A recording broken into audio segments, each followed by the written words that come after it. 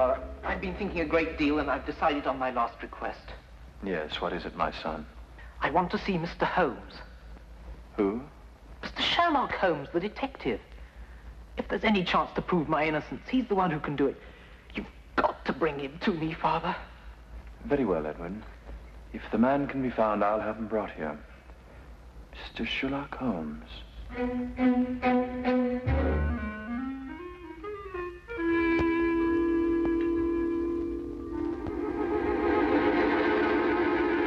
Watson, I want you to assist me in a rather unusual experiment.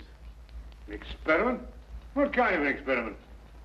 I want you to stand by while I drink this. Oh, and you'll need your stethoscope.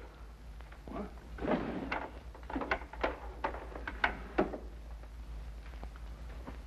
I say, Holmes, is it lethal? Of course not. You don't think I take a chance like that, do you? Are you ready?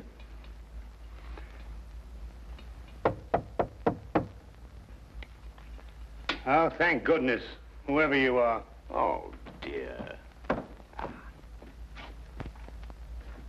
Come in, Lestrade, come in. Delighted to see you. Well, this is a warm welcome. Well, now, sit yourself down, make yourself at home. No, I won't, thank you very much. Tell me, social call? No, not exactly. Oh, what's the trouble, Lestrade? Do you remember the Phyllis Brighton murder? Oh, yes, of course. Brighton. She was stabbed, wasn't she? That's right, by her husband, Edward Brighton. About an hour ago, he made known his last request. Rather an unusual one. Oh, what was it? You. Me? Why? Well, no explanation. Simply wanted to see Sherlock Holmes. And you know, Holmes, wherever it's humanly possible, we try to fulfill these last requests of condemned men. Naturally. And I take it that his execution is imminent then, Lestrade? Yes, at dawn. He has about 7 hours to live. Come on then, Watson. We have little time to lose. If a man calls for me in his final hours, it may mean that we too shall be called upon to fulfill a final request.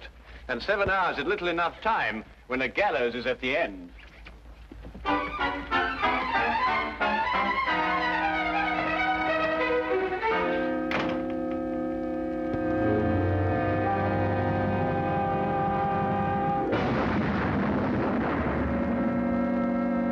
Suddenly it came to me, Mr. Holmes. I was lying here on my cot, and suddenly I remembered something that happened the night of the murder. It had entirely escaped my memory until now. What was that recollection, Mr. Brighton? I'm afraid it won't make sense to you until you understand some of the other facts in the case. Oh, yes, of course. Well, please go on. It was a Sunday afternoon, last April, when I first met Phyllis. We hit it off together immediately, and 3 weeks later we were married. She was very beautiful, Mr. Holmes. Blonde hair, perfect nose, delicate little mouth. And her background? Her family? We never spoke about that. Phyllis made me agree not to inquire into her past, nor she into mine. I knew it was an unusual request, but I consented readily. Mr. Holmes, I'd been just a bank clerk and very lonely. I didn't want to lose my one chance at happiness. Of course. Tell me, what was Mrs. Brighton's maiden name? LeVay, Phyllis LeVay. But she told me her friends called her Bobo. Bobo. I thought that awfully charming. Mr. Holmes, I wouldn't kill her. I bought her a little home in Benedict Lane. I insured my life for £2,000 so that she'd be well protected in case I should die. I gave her everything she wanted. Every moment counts, Mr. Brighton. Now, you must tell me what happened the night of your wife's death. Oh, yes. That night we had our first argument. It was over a very trivial matter. Forgive me, dear, for saying so, but don't you think it's just a little too much? What's a little too much? You know, As a matter of fact, I think it's too little. Now, really, Phyllis, it doesn't improve your appearance. It makes you look, Cheap? I didn't say that. I merely said... You're afraid I'm going to shock the Kimballs, and I simply won't go. You know very well the Kimballs are expecting us. There's no need to carry on like this. I'm not carrying on, Edward. You're the one. I think I'd better take a breath of air before I say something unkind. Suit yourself.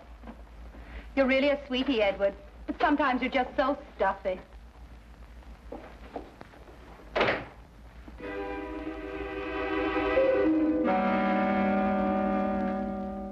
was the extent of it, Mr. Holmes. It was just a mild little row. But at the trial, the neighbors testified we had a violent argument that night. To this moment, I can't understand why they should say such a thing. After you left your wife, what did you do? I merely walked. I don't know exactly where. I just walked. After a while, I began to think of some way to apologize to Phyllis. I didn't want to make her unhappy, even over the smallest thing. I must have traveled a good long distance when suddenly I began to feel ill. Ill? Yes, I'd contracted malaria as a young man in South Africa. I knew I was in for another one of my seizures. Dr. Watson, you know what malaria does to a man? Oh, yes, indeed. High fever, sweats, chills, and sudden fainting spells. That's it. With the first chills, I instinctively turned back towards the house. I had medicine there that would lessen the effect of the attack. I wasn't aware of the street or anything around me. Each step I took became a struggle.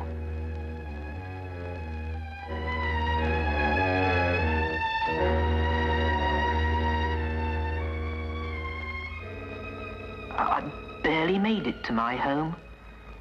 I stumbled onto the front steps, and there it was, on the ground. I knew it didn't belong to me, but instinctively I reached for it. And that's all I remember. When I came to, the house was swarming with police and Phyllis was dead. This object you saw on the ground, what was it? That's the maddening part.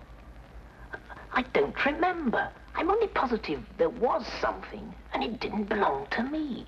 But, Mr. Brighton, have you any recollection of its general shape, size, or color? No, sir. Nothing beyond what I've told you. This has been most illuminating. Good night, Mr. Brighton. Come, Watson. I realize I haven't given you very much to go on, Mr. Holmes. Perhaps not even the slender thread you require. But a man will pray for a miracle when he's only a few hours remaining on this earth.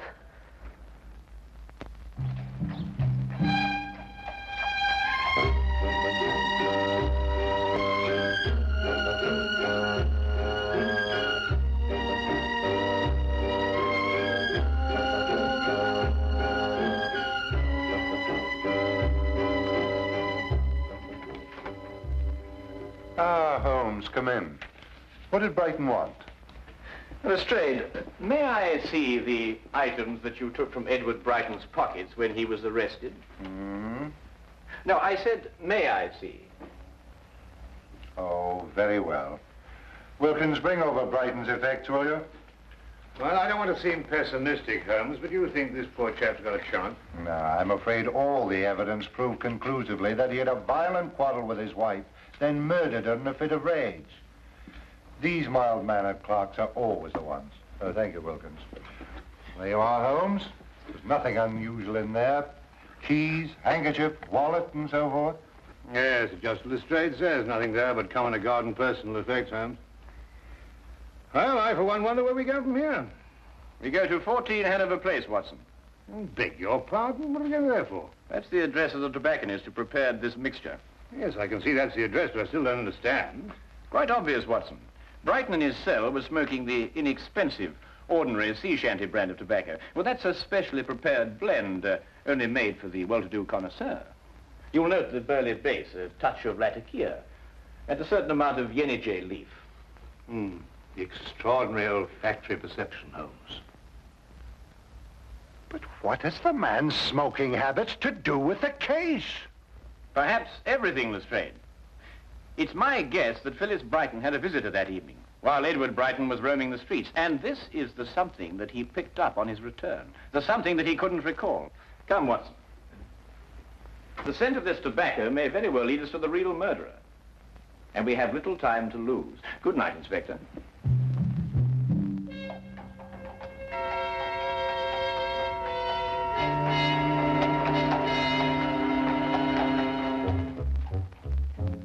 The package of tobacco was a thin thread to follow.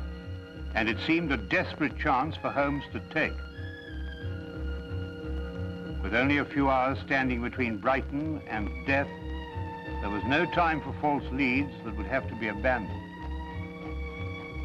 A mistake now could mean disaster.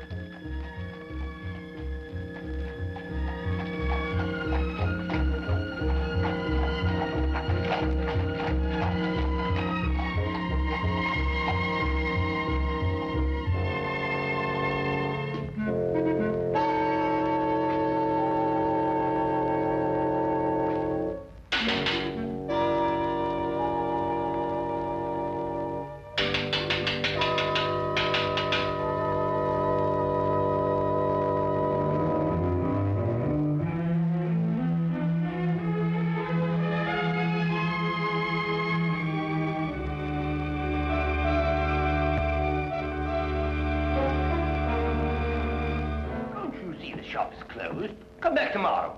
Tomorrow will be too late. We must see you now. What about? Murder. Murder? Murder.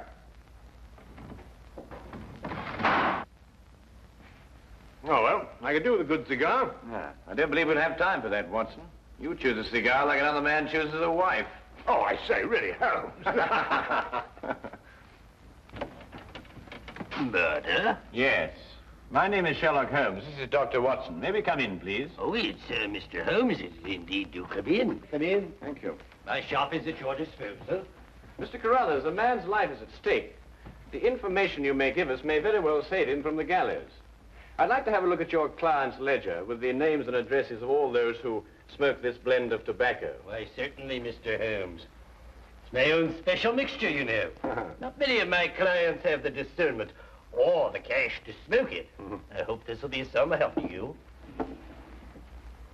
But I say, Holmes, there's at least 50 names on that list. It'll take days to check through all of them, and time's getting desperately short. Aha. Mr. Langsley Prime, 8 Groveley Square. Langsley Prime? Who's he? I haven't the slightest idea, but we must get to him immediately, Watson.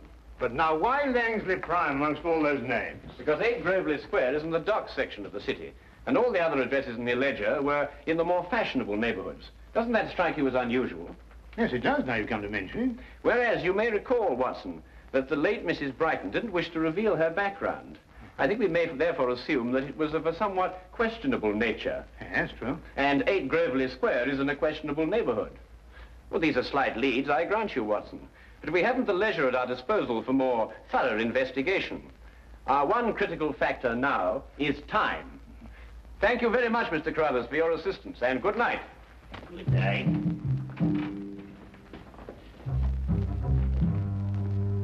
Murder.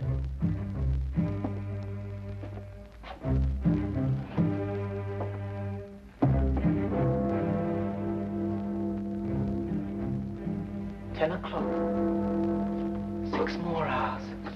Inspector Lestrade, do you really think Mr. Holmes will discover anything? If there's anything to be discovered, he's the man to do it. I wonder where he is now. It seems impossible. All I can give him were a few hours of vague memory.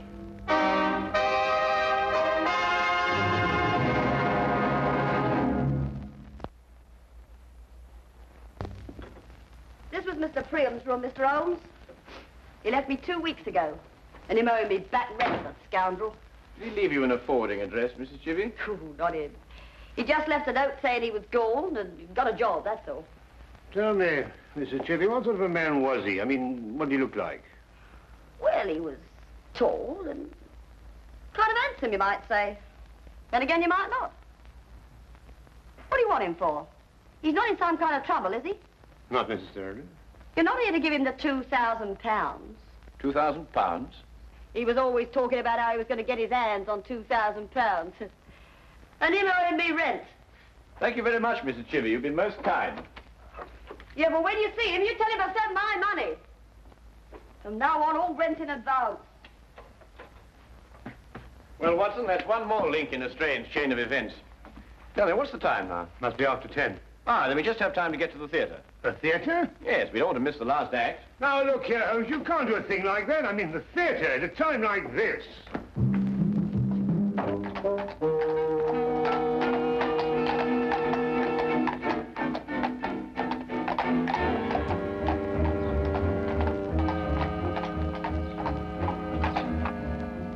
Really, Holmes, your desire for entertainment is most callous. What do you make of this? Well, it's hair. And just the same, I can't see how you can go on sitting there reading the paper with apparent indifference to the matter in hand. It's not ordinary hair, Watson. It's crepe hair, used to make false beards and moustaches. Oh, nonsense. I mean, if a man wants a moustache, he can grow one like anybody else. Well, Watson, actors often have need of simulated beards and moustaches. Actors? Yes? Do you mean it's an actor we're after? I'd wager so, inasmuch as I discovered that in Mr. Priam's dressing table drawer. I see. But even then, Holmes, how are we going to find out what theatre he's performing in? I mean, there must be at least 24 plays being presented in London this evening alone. That is precisely my reason for reading the theatrical page of the newspaper. And I noticed that only one play opened at the same time our Mr. Priam suddenly departed from Mrs. Chivy's lodging house. I hope you like Shakespeare, Watson.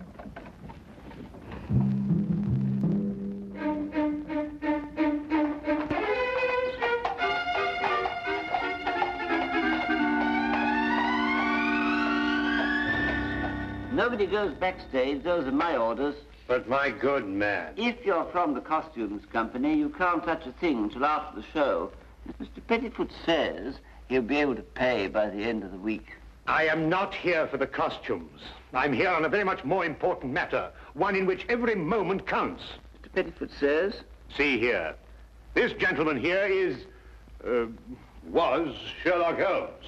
Sherlock Holmes, the detective? Yes. Checkmate.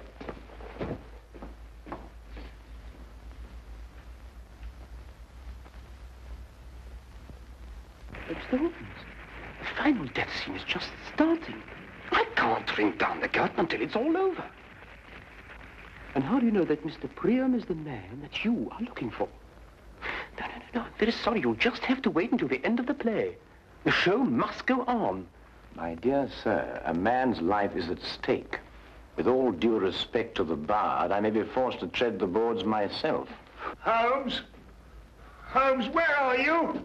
Oh.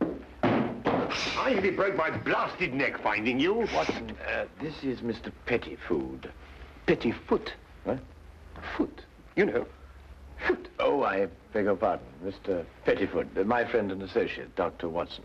How do you do? How do you do? Mr. Pettifoot refuses to lower the curtain, Watson. Absolutely. The tradition of the theatre does not permit it. Now, I must ask you gentlemen to leave. Leave. Oh, please, leave. Oh, very well. Come on, Watson. It is the cause. It is the cause, my soul. Let me not name it to you, you chaste stars. It is the cause. Yet I'll not shed her blood, nor scar that whiter skin of hers than snow, and smooth as monumental alabaster. Yet she must die, else she betray more men.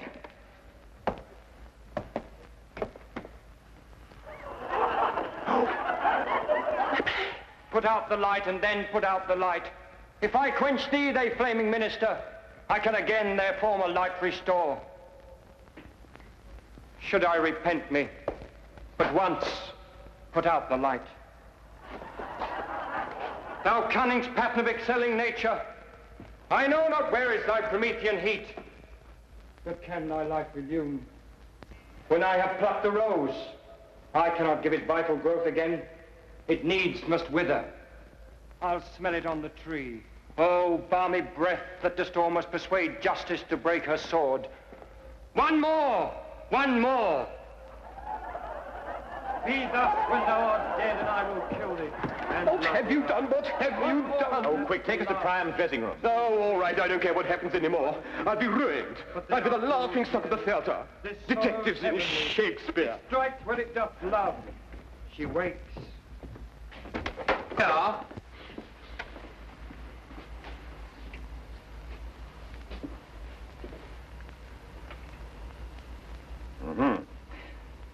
Well, the final thread is woven, Watson. Or should I say, rather, that every hair is at last in place. The two match. Perfectly. What is going on? What are you two madmen doing? Mr. Pettifoot, you can be of assistance to us in a drama even more important than the performance on your stage. In fact, you can help us to save a man's life. I can? You can indeed. Now listen very closely. When Mr. Priam comes in here... What time is it now, Inspector? 11:20. It's odd. Each minute's like an hour, but each hour's like a minute. There's still time. No. I'm afraid it's too late. Telephone call for you, Inspector Lestrade. Very important, sir. Oh, thank you, officer.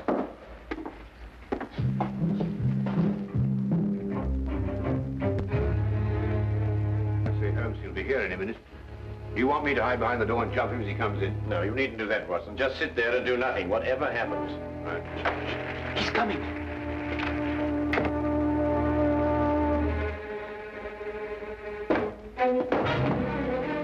You!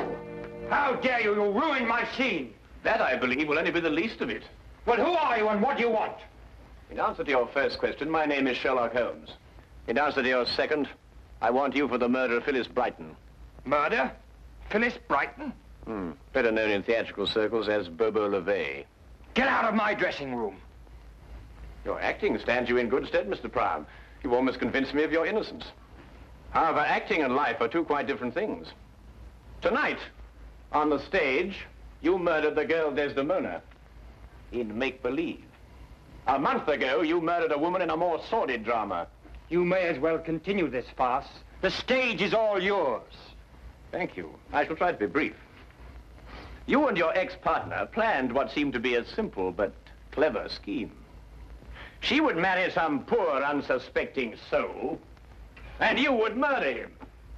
And then the pair of you would share the insurance policy. Ridiculous. And it might have worked, but for one thing. Phyllis fell in love with Edward Brighton. I don't know what you're talking about. I don't know any Phyllis or any Brighton. Then perhaps, Mr. Priam, you are familiar with Romeo's lines. How oft, when men are at the point of death, have they been merry? Get out of here! I've heard enough! Not quite enough, Priam. It was you who had the vicious argument with Phyllis Brighton when she refused to continue with your scheme. And it was you who, in a fit of jealous rage, stabbed her to death. And so shall you die! Holmes! Let me go! Let me go! I came here as soon as I got your telephone message, Holmes. What's going on here and who's he? No time to explain now, Lestrade. I want you to arrest this man and order a stay of execution for Brighton. I'll be able to prove conclusively in the morning that Brighton is innocent and this man is guilty. All right, Holmes, I'll take your word for it. You'd better come along with me.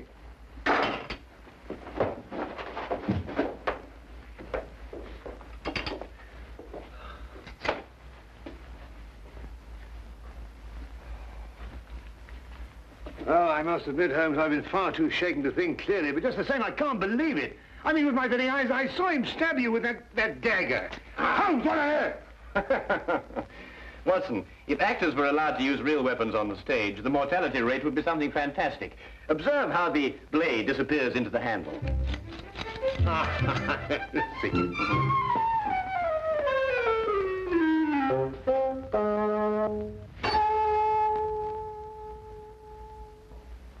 Holmes.